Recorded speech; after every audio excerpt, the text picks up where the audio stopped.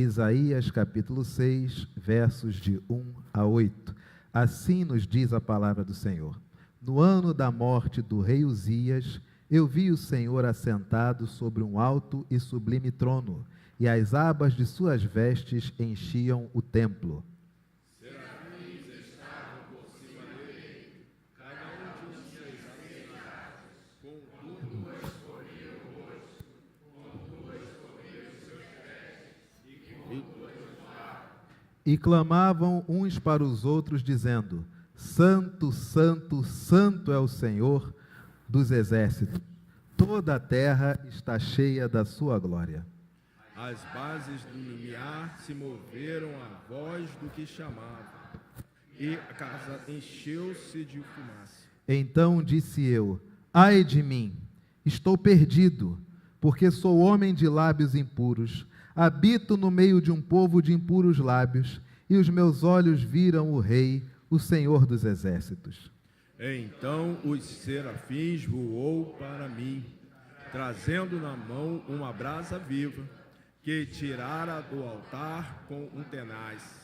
Com a brasa tocou a minha boca e disse: Eis que ela tocou os teus lábios. A tua iniquidade foi tirada e perdoado o teu pecado. Depois disto, ouvi a voz do Senhor que dizia: A quem enviarei? E quem há de ir por nós? Disse eu: Eis-me aqui, envia-me a mim. Obrigado, meu irmão. A igreja pode assentar-se.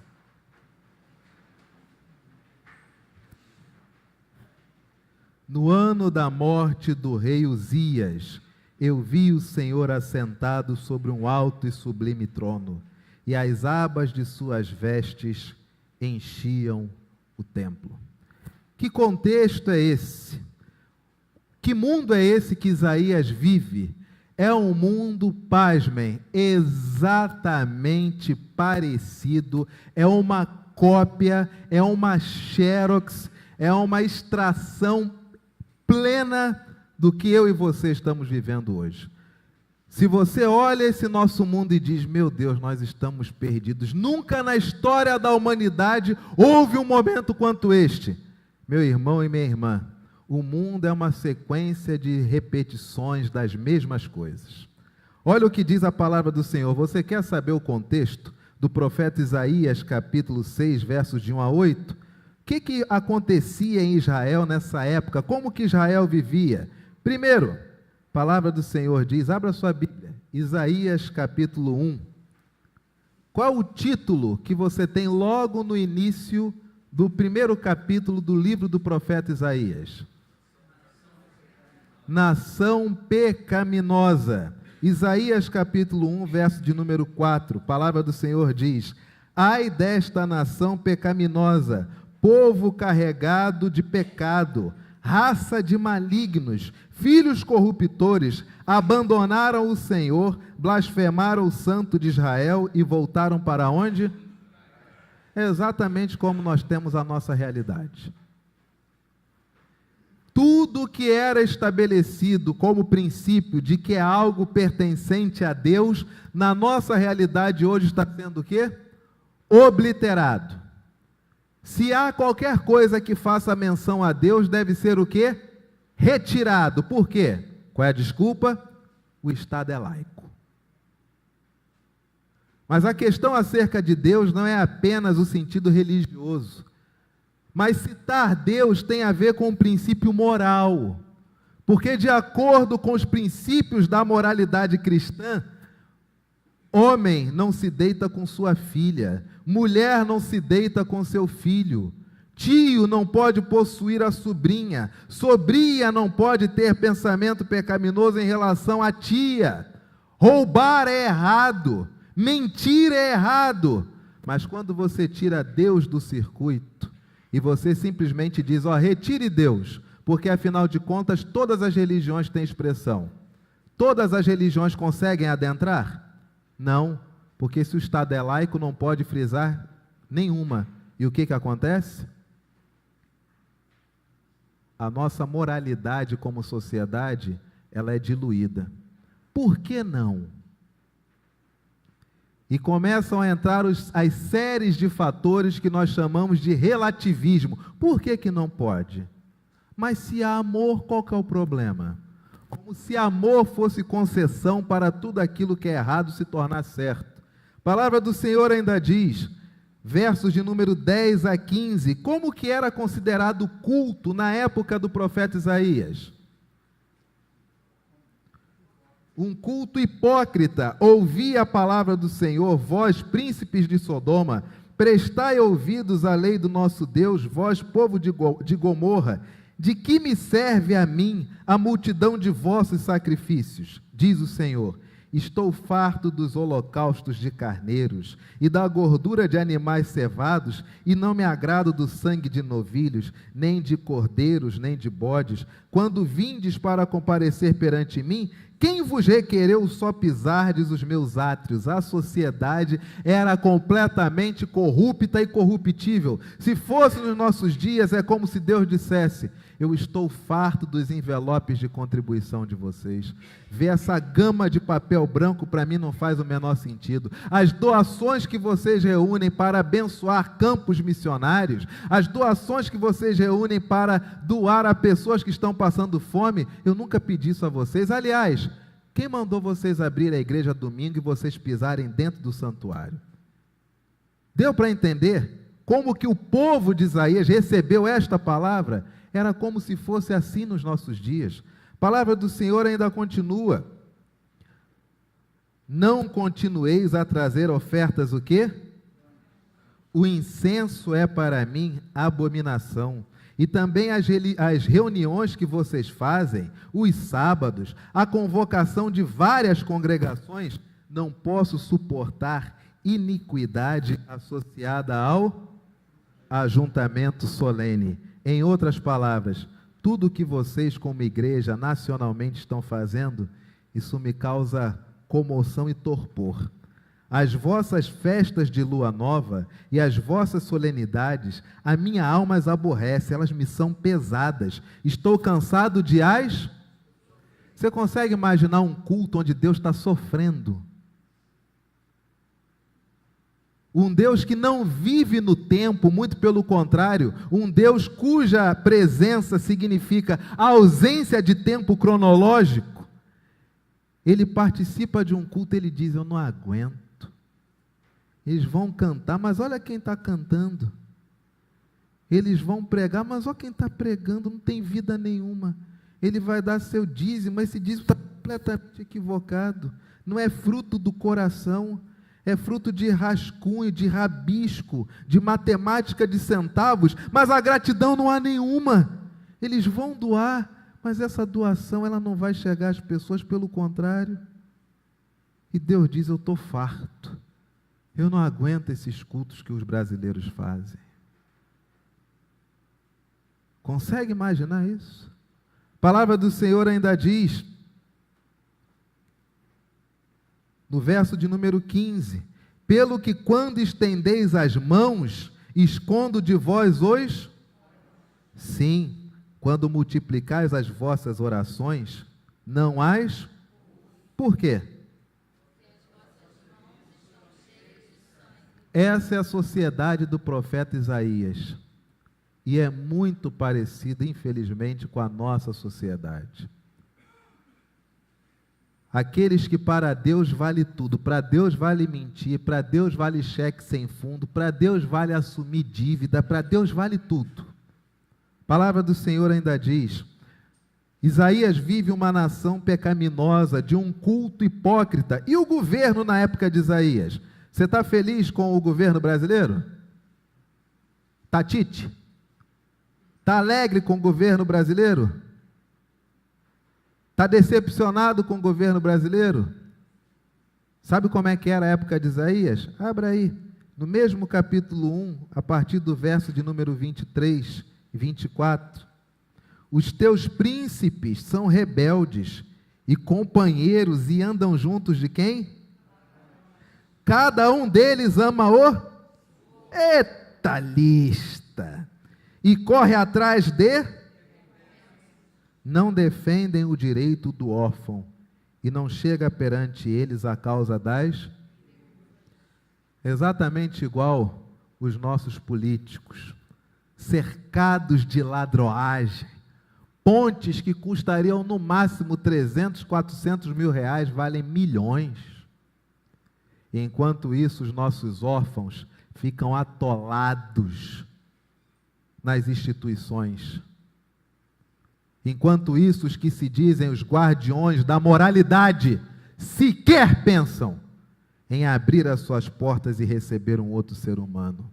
Mas não, nós chamamos o problema da fome, o problema da sede e o problema da orfandade um problema o quê? Social. Não, é um problema humano. Se tem uma criança em um abrigo, é porque há uma casa que não está aberta a receber um ser humano.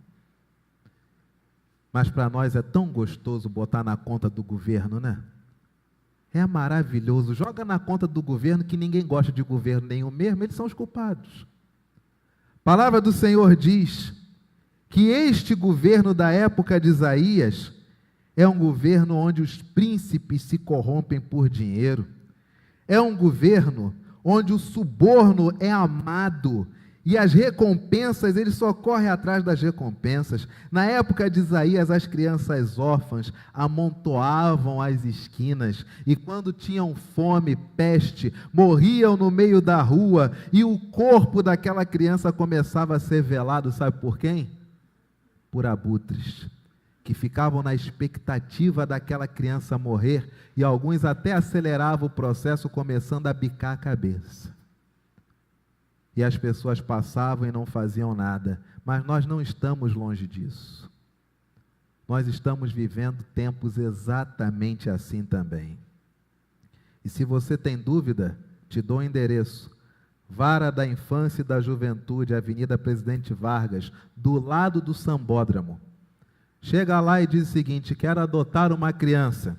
Você vai ver as pessoas como te receberão.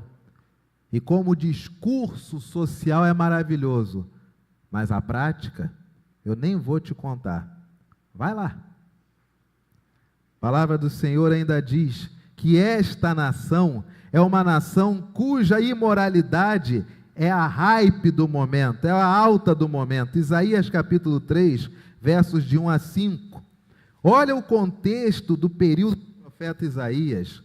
Porque eis que o Senhor dos exércitos, tira de Jerusalém e de Judá o sustento e o apoio, todo o sustento de pão e todo o sustento de... O valente, o guerreiro, o juiz, o profeta, o adivinho, o ancião, o capitão de 50, o homem respeitável, o conselheiro, o hábil entre os artífices e o encantador perito. Deus tira todos esses, porque a imoralidade do povo é tão grande. E o que fica para governar o povo? Dar-lhe-eis meninos por príncipes, e crianças governarão sobre eles. Entre o povo, oprimem uns aos outros, cada um a seu próximo. O menino se atreverá contra o velho, e o vil atacará o nobre. É uma nação cuja imoralidade passou a ser o fator dominante. Exatamente igual como nós estamos vivendo. Um monte de homem velho permeando nossa Câmara, Senado e etc., com comportamento de quê? De criança. Aliás, desculpem, comportamento de criança não, porque as crianças que nós temos aqui dão de 1000 naquela corja. Eles não têm comportamento de criança, não. Mas ainda que o tivessem, não poderiam ter. Mas isso não é novo. Há 5.000 anos atrás, você já tem o registro. A palavra do Senhor diz que é uma nação tão imoral que todas as pessoas capacitadas e habilitadas, o que acontece com elas? Elas não têm espaço. Olha o que a Bíblia diz.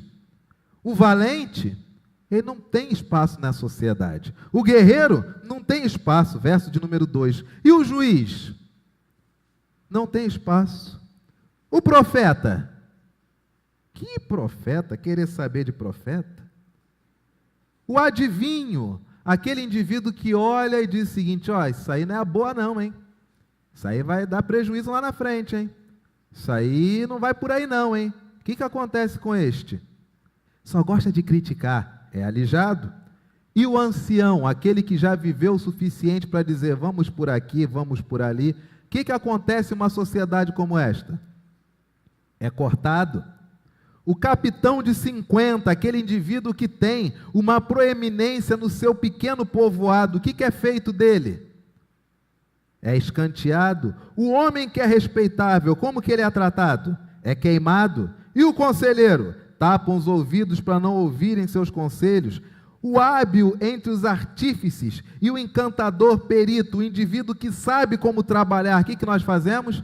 Vamos pegar os orçamentos, ganha o mais barato. E o mais barato sabe? Aí não é problema nosso, a obra não é nossa, não vai dar nada. Pega o baratinho. Qualquer economia já ajuda. E o que acontece? Quando o serviço é mal feito na nossa nação, nós reclamamos a quem?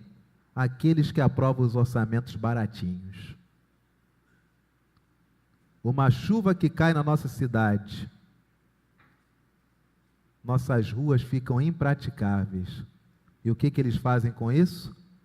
O novo orçamento, com as mesmas empresas. Mas isso não é novo, é desde essa época. A palavra do Senhor ainda diz, um mundo onde a estética passa a ser muito maior que o espírito. Isaías capítulo 3, versos de 16 a 22, olha como é que era na época de Isaías. Diz ainda mais o Senhor, visto que são altivas as filhas de Sião, e andam de pescoço emproado, de olhares imprudentes, andam a passos curtos, fazendo tinir os ornamentos de seus pés. O Senhor fará tinhosa a cabeça das filhas de Sião, o Senhor porá a descoberto as suas... Na nossa sociedade hoje, infelizmente, com a cultura que nós estamos presenciando, nossas meninas são desafiadas a quanto mais nudes e selfies, melhor para elas. Quanto mais sensualidade, mais aparecerão. Mas isso não é novo. Olha o que está escrito aqui no texto. Naquele dia tirará o Senhor o enfeite dos anéis dos tornozelos, e as toucas, e os ornamentos em forma de meia-lua, os pendentes, que seriam pingentes postos no nariz. Hoje, qual que é o nome disso? Piercing, né? Os piercings, os braceletes e os véus esvoaçantes, os turbantes, as cadeiazinhas para os passos, as cintas, as caixinhas de perfume e os amuletos, os sinetes, e as joias pendentes do nariz, os vestidos de festa, os mantos, os chales e as bolsas, haja coisa que as mulheres já tinham nessa época, hein? Os espelhos, as camisas finíssimas, os atavios de cabeça e os véus grandes. Será que em lugar de perfume haverá o quê? E no lugar da cinta? Em lugar de encrespadura de cabelos? Em lugar de veste suntuosa? E marca de fogo em lugar de... E os homens, a qual as mulheres se arrumam também para impressionar, embora se arrumem para outras mulheres, mas o objetivo, em tese, é serem vistas pelos homens. E os homens da sociedade? E os valentes? Em outras palavras, a época de Isaías era uma sociedade onde a estética era muito maior do que a preocupação com a alma e com o espírito. Isso não é de hoje. Se você olha nossas meninas hoje e diz, meu Deus, nunca foi assim. Não, já foi assim, já foi até pior. E aliás, está até desatualizado, tá? Porque se você visse como a Brigitte Bardot andou em Cabo Frio quando veio aqui na década de 50, você olhar e dizer, nossa, nossas meninas hoje são até puras. Está até desatualizado com o século passado, hein? A palavra do Senhor ainda diz como que era a sociedade na época de Isaías, como que eram as relações de amor, de casamento. Quer saber como? Isaías capítulo 4, um único verso. 7 mulheres naquele dia, em uma sociedade corrupta, imoral, de um culto hipócrita, de um governo corrupto, onde a estética é maior do que a alma e a necessidade do espírito. 7 mulheres naquele dia lançarão mão de um homem, dizendo, nós mesmas do nosso próprio pão nos sustentaremos, e do que é nosso nos vestiremos. Tão somente queremos ser chamadas pelo teu nome. Tira o nosso, exatamente como acontece em nossos dias. Mulheres que literalmente dizem para seus conhecidos: olha, ele não precisa nem entrar com a renda, não preciso de homem para pagar minhas contas. Ele não precisa nem compor o orçamento. Muito pelo contrário, se tudo for separadinho, até me ajuda. Eu só preciso de um homem.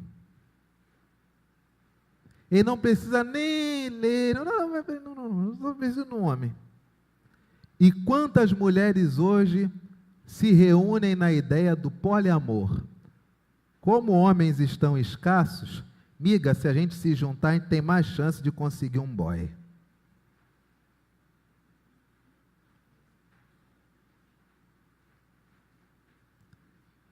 Estes são os nossos dias. Mas isso não é de hoje. Já aconteceu. E antes de Isaías, já tinha acontecido. Onde não chega a ser nem promiscuidade. Mas sabe o que é? Pouca presença masculina viável. Exemplo disso, século passado. Se você é idoso, talvez você tenha vivido isso. Na Inglaterra e em parte da Europa devastada pela Segunda Guerra, você tinha várias mulheres que ficaram esperando o retorno de seus maridos ou filhos, mas estes morreram e elas ficaram sós. E você tinha poucos homens na sociedade. Foi um dos períodos de maior crescimento de poligamia. Por quê? Não por promiscuidade, mas quando ela faz 30 anos e quer ter um filho, meu amigo, não tem quem tire da cabeça. Percebe? O tempo que nós vivemos hoje é muito parecido com o tempo da época de Isaías. Quer ver mais uma coisa que é muito curiosa? Isaías capítulo 5, versos 8 e 9. Estamos juntos, igreja? Isaías capítulo 5, versos 8 e 9. Olha como era a desvalorização imobiliária na época de Isaías. Ai dos que ajuntam casa a casa, reúnem campo a campo, até que não hajam mais lugar, e ficam como únicos moradores no meio da terra. A meus ouvidos, disse o Senhor dos Exércitos, em verdade, assim diz o Senhor, muitas casas ficarão o quê? Até as grandes e belas, sem o quê? No nosso próprio bairro, quando nós andamos, o que que nós vemos? Vende-se, aluga-se, permuta-se, qualquer tipo de rolo. Se você entrar, só arque com o condomínio já ajuda. E você tem diversos imóveis que estão o quê? Abandonados. E o nosso Estado, sempre querendo o bem do indivíduo que traz dinheiro para o próprio Estado, o que que ele faz? Ele gosta de tombar muitas coisas que não são dele, são do outro. E aí depois que ele tomba, se você é o dono, herdou, e tem a vontade de morar e tem que fazer uma obra, como é que é essa obra? Quem tem que aprovar? O Estado, que diz que não é dono. Ele diz que tomba para preservar o patrimônio, que não é dele, é teu. Aí o que que acontece? Se você não tem dinheiro para transformar um casarão do século XVIII em um casarão do século XVIII, você faz o quê? Você mora nele? Você pode tentar. Mas a defesa civil tira você e te multa, porque oferece risco à vida de quem? A tua. Aí o pessoal invade, a defesa civil tira, porque tadinhos, não é humano. Não é humano, ele não tem para onde ir. Você que é o dono teve que arrumar para onde ir. Mas isso não é novo. O problema nosso é que a nossa memória é curta. Já se vivia isso. Em verdade, muitas casas ficarão desertas, até as grandes e belas sem moradores. Em Isaías, há 5.000 anos atrás, já havia o problema da desvalorização imobiliária. Por último, para descrever um pouquinho da sociedade de Isaías, abra sua Bíblia no capítulo 5, verso de número 20. Ai dos que ao mal chamam bem, e ao bem chamam de quê? Que fazem da escuridade luz, e da luz fazem o quê? Põe o amargo por doce, e o doce transforma em quê? Defenda a vida hoje. Diga que aborto é pecado. Defenda a vida. Saia no meio da rua e diga não ao aborto. Sabe o que acontece com você? Você é defenestrado como se você fosse um irracional. Transformam o mal em quê? Em bem. Tramita uma proposta de aborto até agora 4 meses. Isso lá na Câmara. Ao mesmo tempo, já há o pensamento entre a elite culta, os nossos doutores. Já há um pensamento do seguinte: você não precisa fazer um aborto com a criança dentro da barriga. Porque todo defensor do aborto, se você pedir para ele discriminar como é que é feito o aborto, ele não tem coragem. Não diz que se a mulher tomar aqueles comprimidos para induzir as contrações, às vezes a mulher morre. Não dizem isso.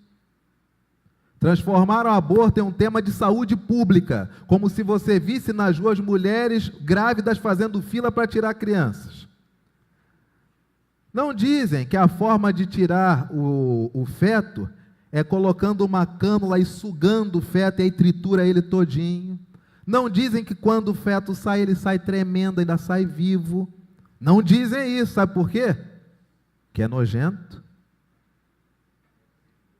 Não dizem que mulheres, dá a impressão que se tornar o aborto uma coisa pública, aí vai dar tudo certo, virou o paraíso, né? E quem disse que as mulheres que fazem aborto em clínicas legalizadas, de acordo com como a nossa Constituição permite, quem disse que a saúde delas continua boa?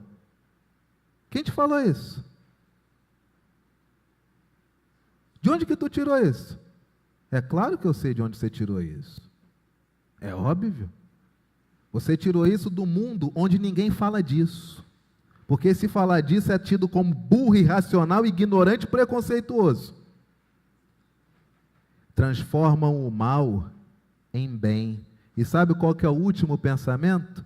O pensamento é o seguinte: você não precisa fazer o aborto com a criança dentro da barriga, não. Não. Espera ela nascer. Depois que ela nasce, aí sim você pratica um aborto pós-parto. E quais são os argumentos? Você está lembrado? É porque ele é pobre e não vai ter oportunidade. É porque a família não tem condições, essa criança não terá oportunidade. Ou seja, quer se construir um mundo onde só nasce quem vai viver bem. E como se ser pobre e humilde fosse desgraça. E pasmem, você tem crente lavado pelo sangue de Jesus. Crente que adora a Deus, o Deus da vida. Dizendo o quê? Você é a favor da aborto?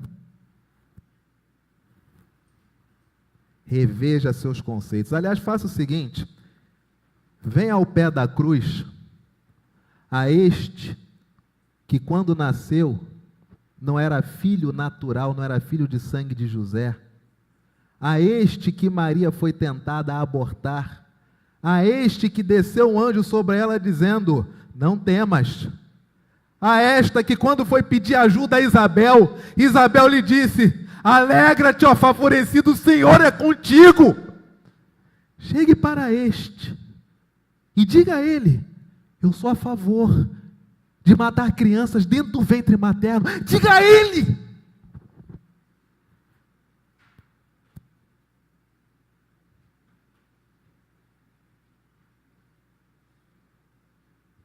Que mundo é esse?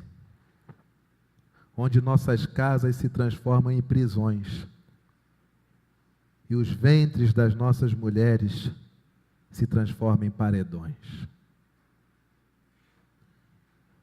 Mas isso não é novo. Na época de Isaías, era muito comum transformar o mal em bem. E aquilo que era o bem, transformar o bem em mal. Exatamente como nós estamos vivendo hoje. Pastor, leva a mal não, mas é o seguinte: se isso é cíclico, e se essas coisas já rolaram e nunca teve jeito, encerrar o culto, né? Vamos ver se não é pecado comprar um frango e comer. Esse é o mundo de Isaías. Uma nação pecaminosa, um culto hipócrita, um governo corrupto, imoralidade, estética maior do que alma e espírito, poliamor e o fim do homem enquanto homem, desvalorização imobiliária e o mal tido como bom, e aquilo que é bom tratado como se fosse maldade. Mas se você abrir a sua Bíblia, abra capítulo 1, verso de 18 a 20. No meio de uma sociedade como esta, você sempre tem um convite a uma coisa chamada o quê? Graça. Vinde, pois, e conversemos, diz o Senhor, ainda que os vossos pecados sejam como a escarlata, ainda que eles sejam vermelhos, eles se tornarão brancos como a neve, ainda que sejam vermelhos como o carmesim, se tornarão como a lã. Se vocês quiserem, se vocês me ouvirem, vocês vão comer o melhor desta terra. Mas, meus filhos, se vocês se recusarem, e se houver em vocês a rebeldia, vocês serão devorados à espada por vocês mesmos, meus filhos. Porque a boca do Senhor está dizendo, Deus clamando a este povo, e o que o povo faz? Não queremos. Versos 26 a 27 do capítulo 1, eu devolverei a vocês juízes, como eram os juízes de antigamente, colocarei novamente em vocês pessoas que possam aconselhar as demandas do cotidiano, como era no princípio. Vejam que o mundo sempre foi de um jeito, aí nós vamos desgraçando o mundo. Depois a gente tem que voltar a como? Ao começo. Como era no princípio. Depois te chamarão cidade de justiça, cidade fiel. Sião será redimida pelo direito, e os que se arrependem pela justiça. Versos de 1 a 5 do capítulo 2. Verso de número 3.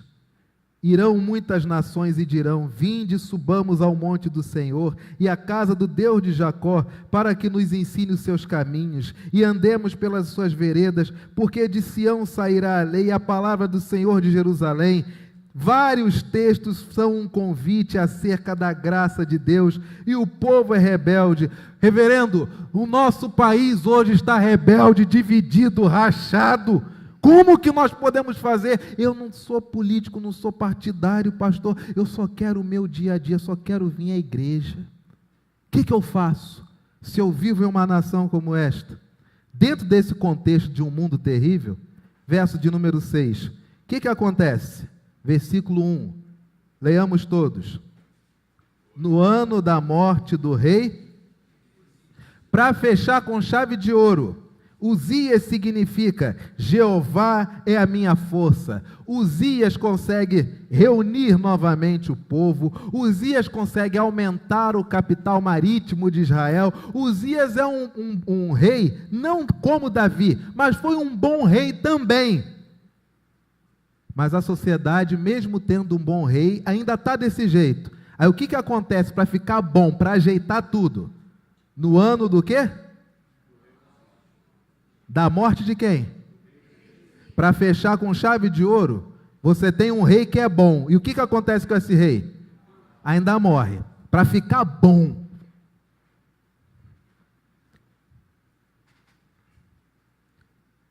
No ano da morte do rei Uzias, aí você tem Isaías. Ele vai no templo. Ele não abre jornais porque tudo é desgraça. Ele não pega o celular porque tudo é desgraça. Ele não pega grupo de zap porque tudo é imoralidade. Mas ele é que nem eu e você. O mundo está se acabando. mas todo domingo ele tem um compromisso, eu tenho que ir na igreja. Aí ele entra, passa pelas portas e começa o seu trabalho rotineiro da sua devoção a um Deus que ninguém mais lembra. E ele está triste porque foi no ano da morte de um rei bom. E nesse ano que esse rei bom morreu, a possível esperança de uma renovação daquele mundo, eu vi o Senhor assentado sobre um alto e sublime trono, e as abas de suas vestes enchiam o templo. Serafins estavam por cima dele, era uma revoada tão grande que ele não conseguia ver nada. Cada serafim tinha 6 asas, com 2 ele cobria o rosto, com 2 eles cobriam seus pés, e eles voavam apenas com 2. E eles clamavam uns para os outros, eles cantavam sem nem perceber que eu estava ali. E eles cantavam o seguinte: Santo, Santo é o Senhor dos exércitos, Rei.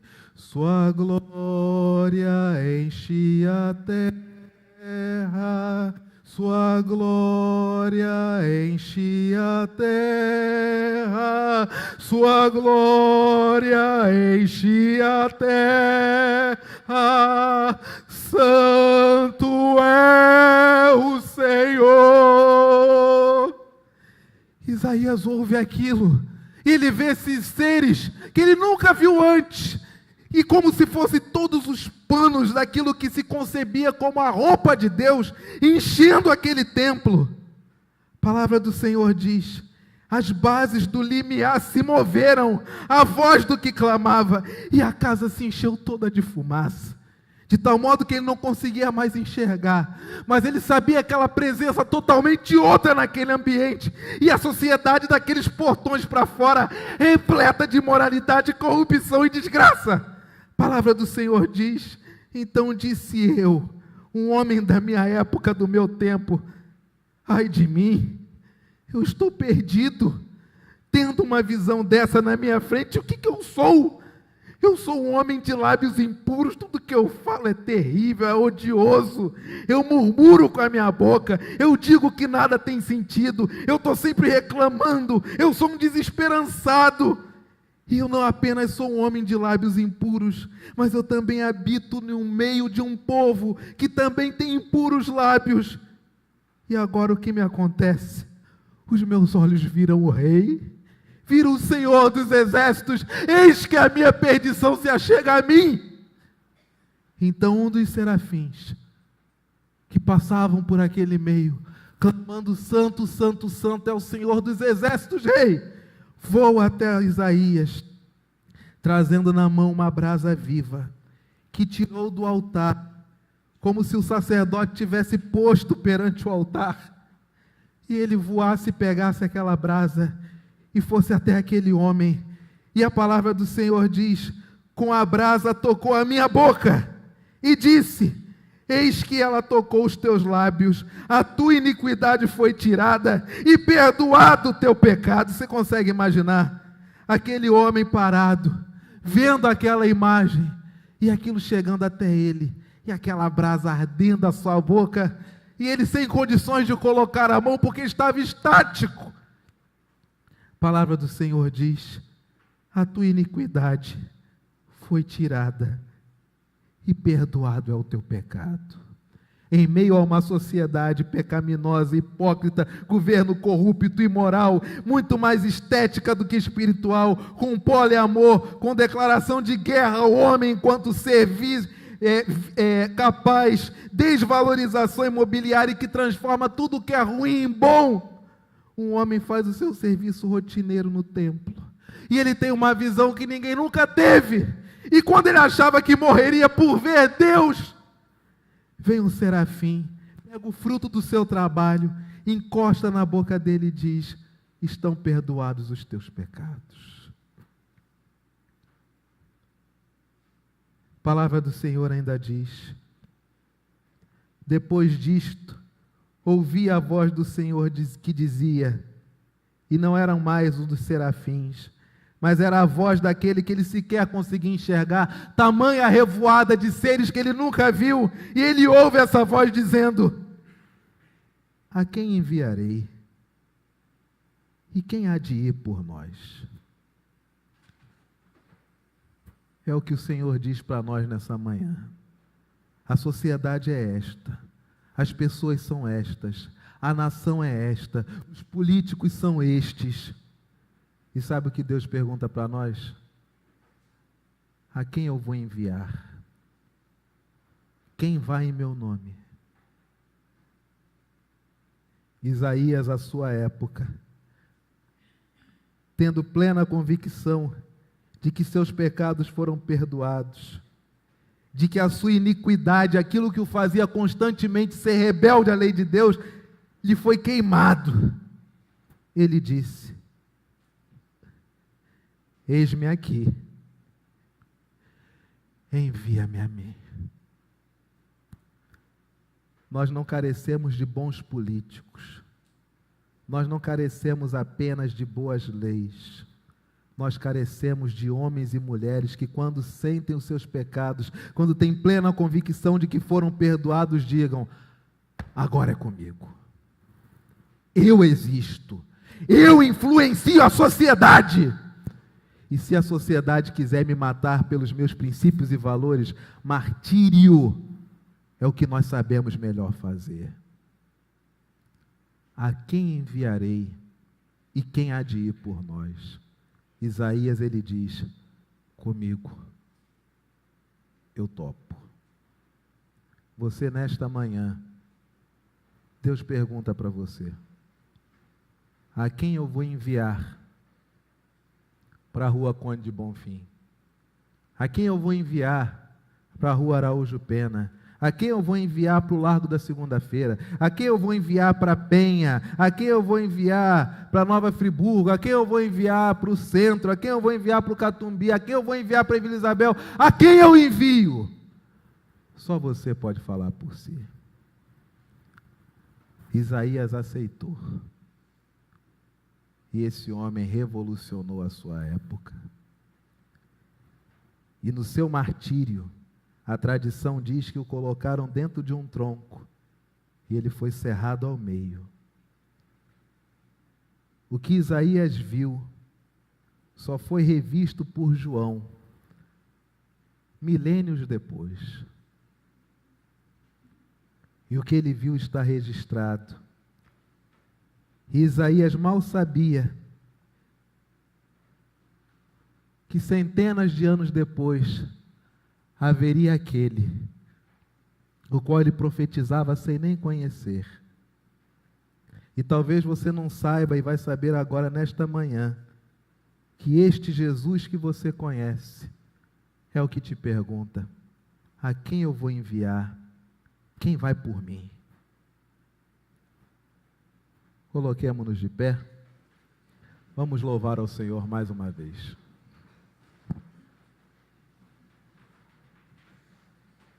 Santo, santo é o Senhor dos exércitos, Rei.